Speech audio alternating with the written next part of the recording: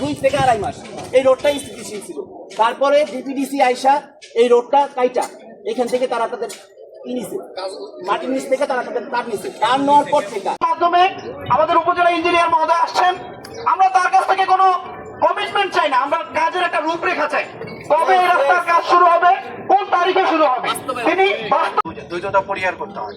তো আমরা আমাদের যে লিগ্যাল জায়গাগুলো আছে ওই জায়গাগুলো আমরা জাস্টিফাই করে আমরা আপনাদেরকে বলতে পারি যে আগামী 15 দিনের ভিতরে ইনশাল্লাহ সর্বশেষ একটা সেটা হলো ওই যে রসুলপুরে একটা ওই যে আগুন ধরছিল একটা বাড়িতে, ওটা পরিদর্শন আমিও ছিলাম। তা আমি ওনাকে বললাম যে আপনাকে নিয়ে আমি একটু ওই রাস্তায় যাব। উনি বলতেছে যে না, আমি তো এই রাস্তা দিয়ে আসলাম। আমি বললাম তাহলে কি দেখলেন? তো দেখলাম কি খুব খারাপ অবস্থা, আসলে খুবই মানে আমি আসতে আমার সমস্যা হয়েছে, অনেক কষ্ট হয়েছে। তাই বুঝেন যে আপনি একটা মানে সরকারি জিপ নিয়ে আসছেন, আপনার যদি কষ্ট হয় তাহলে সাধারণ মানুষ কিভাবে চলাফেরা করে।